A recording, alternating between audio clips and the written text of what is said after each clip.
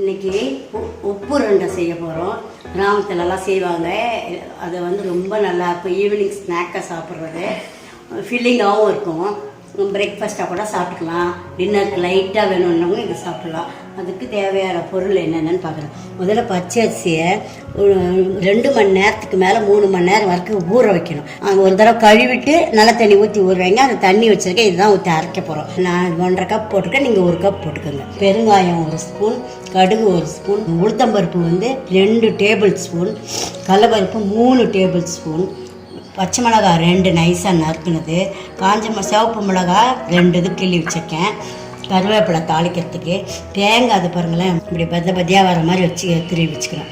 ரொம்ப நைஸாக அது பண்ணக்கூடாது, கொஞ்சம் இந்த மாதிரி இப்படி வரணும். இந்த மாதிரி எடுத்து வச்சுக்கோங்க. 1 கப்பு தேங்காய் கொஞ்சம் கூட தான் போகணும், அப்போ தான் நல்லாயிருக்கும். தேவையான அளவு எண்ணெய் தாளிக்கிறதுக்கு, தேவையான அளவு உப்பு, அவ்வளோதான். இப்போ எப்படி செய்யலாம்னு பார்க்கலாம். அந்த ஊற வச்ச தண்ணியை ஊற்றி அரைச்சி வச்சுருக்கேன். கொஞ்சம் நைஸ் ரவா பதத்துக்கு அரைக்கணும். ரொம்ப மசியாக அரைக்கக்கூடாது. கொஞ்சம் நொரண்டாக அரைச்சா தான் நல்லாயிருக்கும். அந்த தண்ணி 1 கப் அரிசிக்கு 1 கப் தண்ணி ஊற்றி அரைக்கணும். அந்த மாதிரி அரைச்சி வச்சுருக்கேன். மிக்சிலே தான் அரைச்சேன். உப்பு அரைக்கும் போதே ஒரு 1/2 ஸ்பூன் உப்பு போட்டு, 1/2 பங்கு உப்பு தான் போடணும். ரொம்ப ஃபுல்லாக நிறைய போடக்கூடாது. அதனால் 1/2 ஸ்பூன் உப்பு போட்டு அரைச்சி வச்சுருக்கேன். அடுப்பத்தை வச்சு கடாய் வச்சுட்டேன். அதில் இது பாருங்கள் இவ்வளோ எண்ணெய் ஊற்றுறேன். ரொம்ப எண்ணெய் ஊற்ற தேவையில்லை. ஒரு 2 டேபிள் ஸ்பூன் அளவுக்கு ஊற்றிங்கன்னா போதும். உங்களுக்கு எந்த எண்ணெய் வேணுமோ அந்த எண்ணெய் போட்டுக்கோங்க. எண்ணெய் காஞ்சிச்சு. கடுகு உளுத்தம்பருப்பு போடுறேன். முதல்ல கடலைப்பருப்பும் சேர்த்து போட்டுடுறேன். நல்லா செவக்கட்டும், அப்போ தான் வாசனையாக நல்லாயிருக்கும். நல்லா செவந்துடுச்சு. அப்புறம் கடுகு நல்லா வெடிச்சு சத்தம் கேட்குது. கருவேப்பிலை போடுறேன். பச்சை மிளகா சிவப்பு மிளகா 2 போடுறேன். இப்போ இந்த தேங்காய் போடுறேன். இப்போ இந்த பெருங்காயம் 1 ஸ்பூன் போட்டிருந்தாலும் அதை அப்படியே போட்டுருங்க. நல்லா வதங்கிடுச்சு.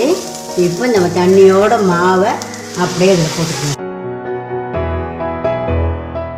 இதெல்லாம் இப்படி நல்லா கிண்டுங்க.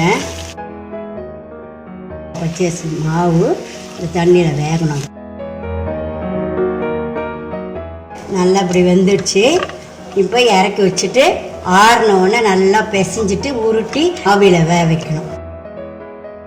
பாருங்க, ஃபஸ்ட்டு இட்லி பானையில் வேக வைக்கிறவங்க இட்லி பானையில் தண்ணி வைக்கிற மாதிரி, குக்கரில் வேக வைக்கிறவங்க குக்கர் தண்ணி இப்படி இவ்வளோ தண்ணி வைக்கணும். இவ்வளோ தண்ணி கொதிக்கட்டும். அதுக்குள்ளே இது மாதிரி எண்ணெய் தடவி இட்லிக்கு எண்ணெய் தடவுற மாதிரியே தடவி வச்சுக்கோங்க. வெறும் அந்த பேப்பரில் டிஷ்யூ பேப்பர் போட்டு வேக வைக்கிறவங்க அதையும் போட்டு வேக வைக்கலாம். இந்த மாவு அடுப்பில் இது பண்ணோம் இல்லையா, அந்த மாவு இப்படி நல்லா ஆறிடுச்சு. சூடாக கை வைக்காதீங்க. ஆறுறோன்னு இப்படி எல்லாத்தையும் ஒன்றா சேர்த்து பிசைஞ்சிருங்க. பிசைஞ்சிட்டு இதை உங்கள் சைஸுக்கு ஏற்ற மாதிரி உருண்டையாக உருட்டி இதில் வைக்க வேண்டியது தான்.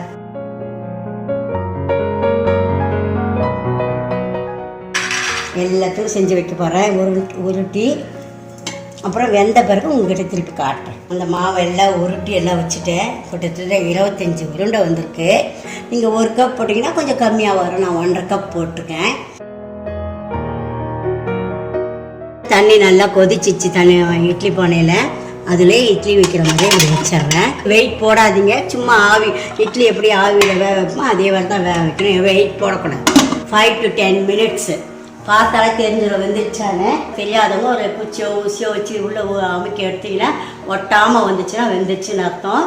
5 to 10 minutes வேக வைங்க ஆவியில். அவ்வளோதான். நல்லா ஆவி வருது, வாசனையும் வருது. ஆஃப் பண்ணிடுறேன். திறந்து பார்க்கலாம். இப்போது இது அப்படியே ஒரு பாத்திரத்தில் மாற்றி உங்கள்கிட்ட காட்டுறேன். இப்போ சுட சுட ஆவி பறக்கிற உப்பு உருண்டை பார்க்கவே சாப்பிடலாம் போல இருக்கு. சூடாக எடுத்து சாப்பிடுங்க.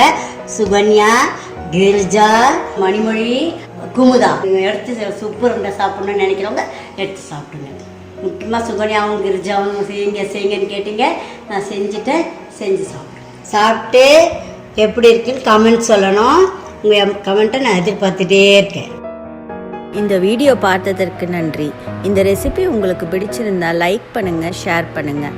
என்னுடைய சேனலுக்கு சப்ஸ்கிரைப் பண்ணுங்கள். பெல் பட்டன் அழுத்துனீங்கன்னா புதுசாக அப்லோட் பண்ணுற வீடியோ உங்கள் நோட்டிஃபிகேஷனுக்கு வரும். உங்களுக்கு புது ரெசிபீஸோ இல்லை ஏதாவது கொஷின்ஸோ இருந்தால் கமெண்ட் செக்ஷன்ஸில் கொடுங்க. நன்றி.